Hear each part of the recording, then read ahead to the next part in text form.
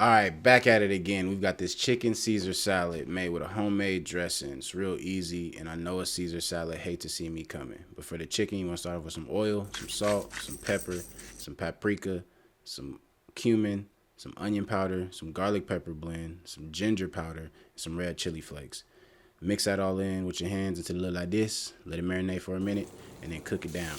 Set that to the side, and then you want to chop up your lettuce. I got romaine and arugula here. Make sure you washing your lettuce, y'all, because it be bugs in there. Baking soda, vinegar mix, water. Soak for a little bit. Dry it off, you know what I'm saying? And then set that to the side. And then for the dressing, we're going to start off with some lemon juice, some mayonnaise, some Dijon mustard, some soy sauce, some black pepper, some olive oil, and Parmesan cheese. Anchovies are optional.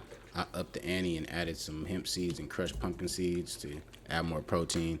And then mix that in there, added my lettuce, plated, chicken, more Parmesan cheese, more black pepper, man. And listen, y'all, this is real simple, real easy, real healthy. Y'all try this at the crib. Let me know what you think. Love.